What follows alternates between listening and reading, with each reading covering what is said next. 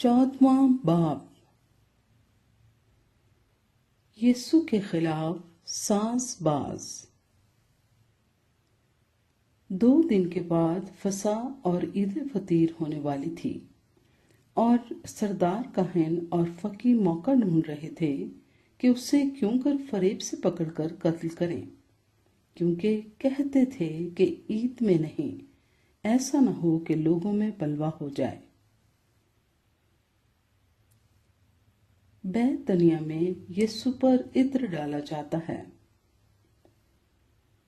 جب وہ بیت دنیا میں شمعون کوڑی کے گھر میں کھانا کھانے بیٹھا تو ایک عورت جٹا ماسی کا بیش قیمت خالص عطر سنگ مرمر کے عطر دان میں لائی اور عطر دان توڑ کر عطر کو اس کے سر پر ڈالا، مگر بعض اپنے دل میں خفا ہو کر کہنے لگے، یہ عطر کس لیے ضائع کیا گیا، کیونکہ یہ عطر 300 دینار سے زیادہ کو بک کر غریبوں کو دیا جا سکتا تھا، اور وہ اسے ملامت کرنے لگے۔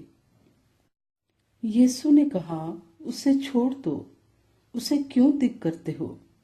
اس نے میرے ساتھ بھلائی کی ہے، کیونکہ غریب غربا تو ہمیشہ تمہارے پاس ہیں، جب چاہو ان کے ساتھ نیکی کر سکتے ہو، لیکن میں تمہارے پاس ہمیشہ نہ رہوں گا۔ جو کچھ وہ کر سکی اس نے کیا۔ اس نے دفن کے لیے میرے بدن پر پہلے ہی سے عطر ملا۔ میں تم سے سچ کہتا ہوں کہ تمام دنیا میں جہاں کہیں انجیل کی منادی کی جائے گی، یہ بھی جو اس نے کیا اس کی یادگاری میں بیان کیا جائے گا۔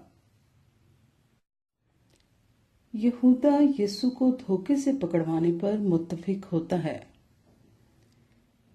پھر یہودا اسکریوتی جو ان 12 میں سے تھا، سردار کاہنوں کے پاس چلا گیا تاکہ اسے ان کے حوالے کر دے۔ وہ یہ سن کر خوش ہوئے اور اس کو روپے دینے کا اقرار کیا، اور وہ موقع ڈھونڈنے لگا کہ کس طرح قابو پا کر اسے پکڑوا دے۔ یسوع اپنے شاگردوں کے ساتھ فسح کا کھانا کھاتا ہے۔ عید فطیر کے پہلے دن، یعنی جس روز فسح کو ذبح کیا کرتے تھے، اس کے شاگردوں نے اس سے کہا، تو کہاں چاہتا ہے کہ ہم جا کر تیرے لیے فسح کھانے کی تیاری کریں؟ اس نے اپنے شاگردوں میں سے 2 کو بھیجا اور ان سے کہا، شہر میں جاؤ، ایک شخص پانی کا گھڑا لیے ہوئے تمہیں ملے گا، اس کے پیچھے ہو لینا، اور جہاں وہ داخل ہو اس گھر کے مالک سے کہنا، استاد کہتا ہے کہ میرا مہمان خانہ جہاں میں اپنے شاگردوں کے ساتھ فسح کھاؤں کہاں ہے؟ وہ آپ تم کو ایک بڑا بالا خانہ آراستہ اور تیار دکھا دے گا، وہیں ہمارے لیے تیاری کرنا۔ پس شاگرد چلے گئے اور شہر میں آ کر جیسا اس نے ان سے کہا تھا ویسا ہی پایا اور فسح کو تیار کیا۔ جب شام ہوئی تو وہ ان 12 کے ساتھ آیا، اور جب وہ بیٹھے کھا رہے تھے تو یسوع نے کہا، میں تم سے سچ کہتا ہوں کہ تم میں سے ایک جو میرے ساتھ کھاتا ہے مجھے پکڑوائے گا۔ وہ دلگیر ہونے اور ایک ایک کر کے اس سے کہنے لگے، کیا میں ہوں؟ اس نے ان سے کہا کہ وہ 12 میں سے ایک ہے، جو میرے ساتھ طباق میں ہاتھ ڈالتا ہے، کیونکہ ابن آدم تو جیسا اس کے حق میں لکھا ہے جاتا ہی ہے، لیکن اس آدمی پر افسوس جس کے وسیلے سے ابن آدم پکڑوایا جاتا ہے۔ اگر وہ آدمی پیدا نہ ہوتا تو اس کے لیے اچھا ہوتا۔ اشعیا ربانی۔ اور وہ کھا ہی رہے تھے کہ اس نے روٹی لی اور برکت دے کر توڑی اور ان کو دی اور کہا، لو یہ میرا بدن ہے۔ پھر اس نے پیالہ لے کر شکر کیا اور ان کو دیا، اور ان سبوں نے اس میں سے پیا، اور اس نے ان سے کہا، یہ میرا وہ عہد کا خون ہے جو بتھیروں کے لیے بہایا جاتا ہے۔ میں تم سے سچ کہتا ہوں کہ انگور کا شیرہ پھر کبھی نہ پیوں گا اس دن تک کہ خدا کی بادشاہی میں نیا نہ پیوں۔ پھر گیت گا کر باہر زیتون کے پہاڑ پر گئے۔ یسوع پیش گوئی کرتا ہے کہ پطرس میرا انکار کرے گا، اور یسوع نے ان سے کہا تم سب ٹھوکر کھاؤ گے، کیونکہ لکھا ہے کہ میں چرواہے کو ماروں گا اور بھیڑیں پناہ گندہ ہو جائیں گی، مگر میں اپنے جی اٹھنے کے بعد تم سے پہلے گلیل کو جاؤں گا۔ پطرس نے اسے کہا گو سب ٹھوکر کھائیں لیکن میں نہ کھاؤں گا۔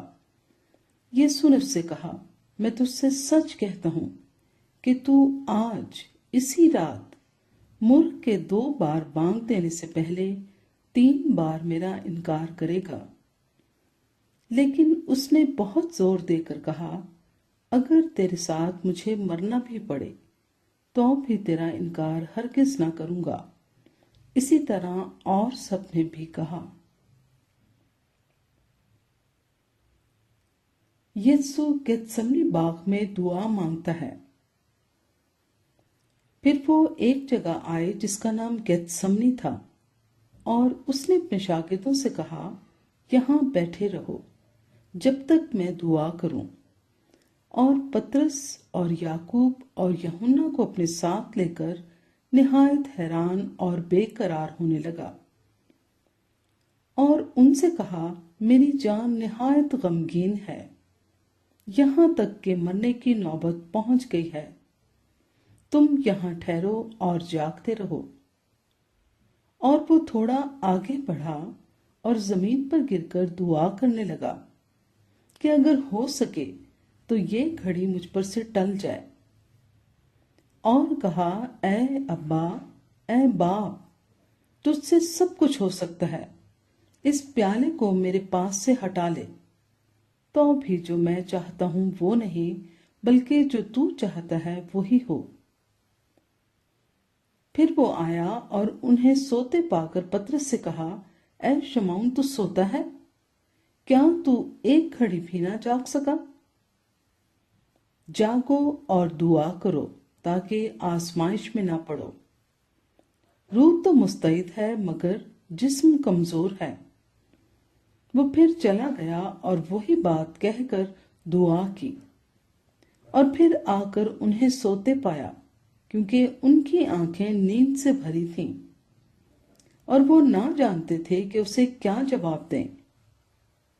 پھر تیسری بار آ کر ان سے کہا اب سوتے رہو اور آرام کرو، بس وقت آ پہنچا ہے، دیکھو ابن آدم گناہگاروں کے ہاتھ میں حوالے کیا جاتا ہے، اٹھو چلیں، دیکھو میرا پکڑوانے والا نزدیک آ پہنچا ہے۔ یسوع کی گرفتاری۔ وہ یہ کہہ ہی رہا تھا کہ فی الفور یہودا جو ان 12 میں سے تھا اور اس کے ساتھ ایک بھیڑ تلواریں اور لاٹھیاں لیے ہوئے سردار کاہنوں اور فقیہوں اور بزرگوں کی طرف سے آ پہنچی، اور اس کے پکڑوانے والے نے انہیں یہ نشان دیا تھا کہ جس کا میں بوسہ لوں وہی ہے، اسے پکڑ کر حفاظت سے لے جانا۔ وہ آ کر فی الفور اس کے پاس گیا اور کہا اے ربی، اور اس کے بوسے لیے۔ انہوں نے اس پر ہاتھ ڈال کر اسے پکڑ لیا۔ ان میں سے جو پاس کھڑے تھے ایک نے تلوار کھینچ کر سردار کاہن کے نوکر پر چلائی اور اس کا کان اڑا دیا۔ یسوع نے ان سے کہا کیا تم تلواریں اور لاٹھیاں لے کر مجھے ڈاکو کی طرح پکڑنے نکلے ہو؟ میں ہر روز تمہارے پاس ہیکل میں تعلیم دیتا تھا اور تم نے مجھے نہیں پکڑا، لیکن یہ اس لیے ہوا ہے کہ نوشتے پورے ہوں۔ اس پر سب شاگرد اسے چھوڑ کر بھاگ گئے، مگر ایک جوان اپنے ننگے بدن پر مہین چادر اوڑھے ہوئے اس کے پیچھے ہو لیا۔ اسے لوگوں نے پکڑا مگر وہ چادر چھوڑ کر ننگا بھاگ گیا۔ یسوع کی صدر عدالت کے سامنے پیشی۔ پھر وہ یسوع کو سردار کاہن کے پاس لے گئے اور سب سردار کاہن اور بزرگ اور فقیہ اس کے ہاں جمع ہو گئے، اور پطرس فاصلے پر اس کے پیچھے پیچھے سردار کاہن کے دیوان خانے کے اندر تک گیا اور پیادوں کے ساتھ بیٹھ کر آگ تاپنے لگا، اور سردار کاہن اور سب صدر عدالت والے یسوع کو مار ڈالنے کے لیے اس کے خلاف گواہی ڈھونڈنے لگے، مگر نہ پائی، کیونکہ بتھیروں نے اس پر جھوٹی گواہیاں تو دیں، لیکن ان کی گواہیاں متفق نہ تھیں۔ پھر بعض نے اٹھ کر اس پر یہ جھوٹی گواہی دی کہ ہم نے اسے یہ کہتے سنا ہے کہ میں اس مقدس کو جو ہاتھ سے بنا ہے ڈھاؤں گا، اور 3 دن میں دوسرا بناؤں گا جو ہاتھ سے نہ بنا ہو۔ لیکن اس پر بھی ان کی گواہی متفق نہ نکلی۔ پھر سردار کاہن نے بیچ میں کھڑے ہو کر یسوع سے پوچھا کہ تو کچھ جواب نہیں دیتا، یہ تیرے خلاف کیا گواہی دیتے ہیں؟ مگر وہ خاموش ہی رہا اور کچھ جواب نہ دیا۔ سردار کاہن نے اس سے پھر سوال کیا اور کہا، کیا تو اس استودہ کا بیٹا مسیح ہے؟ یسوع نے کہا، ہاں میں ہوں، اور تم ابن آدم کو قادر مطلق کی داہنی طرف بیٹھے اور آسمان کے بادلوں کے ساتھ آتے دیکھو گے۔ سردار کاہن نے اپنے کپڑے پھاڑ کر کہا، اب ہمیں گواہوں کی کیا حاجت رہی؟ تم نے یہ کفر سنا، تمہاری کیا رائے ہے؟ ان سب نے فتویٰ دیا کہ وہ قتل کے لائق ہے۔ تب بعض اس پر تھوکنے اور اس کا منہ ڈھانپنے اور اس کے مکے مارنے اور اس سے کہنے لگے، نبوت کی باتیں سنا، اور پیادوں نے اسے تماچے مار مار کر اپنے قبضے میں لیا۔